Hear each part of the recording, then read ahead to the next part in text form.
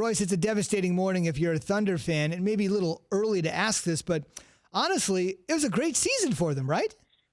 Yeah, it was an amazing season for Oklahoma City. And while, it stings to lose a Game 7 the way they did, because it would have been an unbelievable achievement for them. Brian Windhorst texted me during the fourth quarter last night, and he brought up a great question that would that have been the best moment, and I clarified with him, non-transaction related, for the Thunder since they won Game 1 of the 2012 Finals. And it really made me think if they'd won that game last night, with all they accomplished through the season, with how much people kind of wrote them off before the season, thought that they'd rebel, 1.4% chance to even make the playoffs, and then to upset the Rockets in the first round, I think it would have been. I think it would have been their best win since they won Game 1 of the Finals back in 2012. But, the context of losing a Game 7 reshapes a lot of different things, but it doesn't take away from the fact of what Chris Paul accomplished throughout the year, through what the organization accomplished.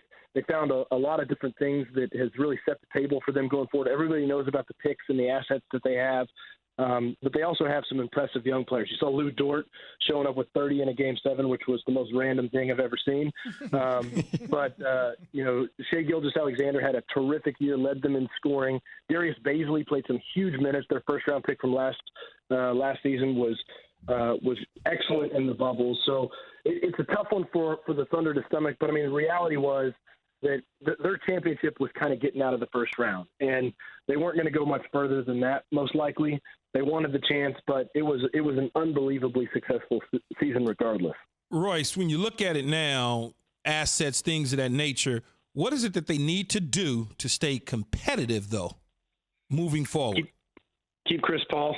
That's really it. As long as they keep Chris Paul, that's going to be a good team. And, he'll be 36 next year. But the one thing about him is that, when you look at players that are going to age in the NBA, Chris Paul has the ability, I think, to age pretty gracefully just because he plays the game at such a high level with his mind. He's never been a guy that's really relied on athleticism. He doesn't need an explosive first step. He plays in the mid-range. He plays by controlling the game. And look, they've got some good players that they're going to keep around. They've got decisions to make. Danilo Gallinari is an unrestricted free agent. It's most likely that he won't be on the team next year because of financial issues. Dennis Schroder will be on an expiring contract. Steven Adams will be on an expiring contract. Sam Presti's most likely not going to let those guys just walk away for nothing. So they're going to be highly available trade assets for teams around the league. But the thing is that, as long as Chris Paul's there, they're going to be a competitive team. Are they going to win 50 games and be the 5 seed and be back in the playoffs? I don't know, but they're going to be a good team.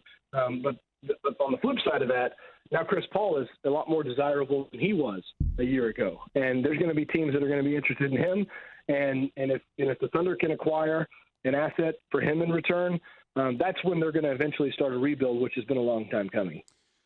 Royce, let me ask you, is it feasible, considering the way CP3 has played, if you think that he is reaching this peak at 35 years old? Who knows how players play on the backside of 35? Can you see them actually using him as draft capital, also considering the other assets they have?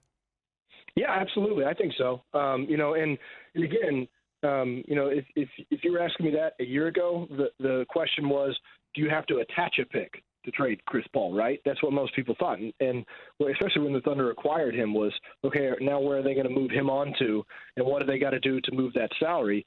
Because, look, he's going to be making $42 million at age 38, and that's not a very attractive thing for a lot of teams out there. But at the same time, everybody saw the influence of Chris Paul, not just on a team, but on an organization. He's learned a lot over the years. I've had a lot of conversations with Chris, and one of the things that he's very upfront about is that he's always been a top-notch leader, but he's learned a lot about, and he's kind of been brutally honest that he can be annoying, and his style is that he can grind on people, and he knows that, and he's tried to really improve in that regard.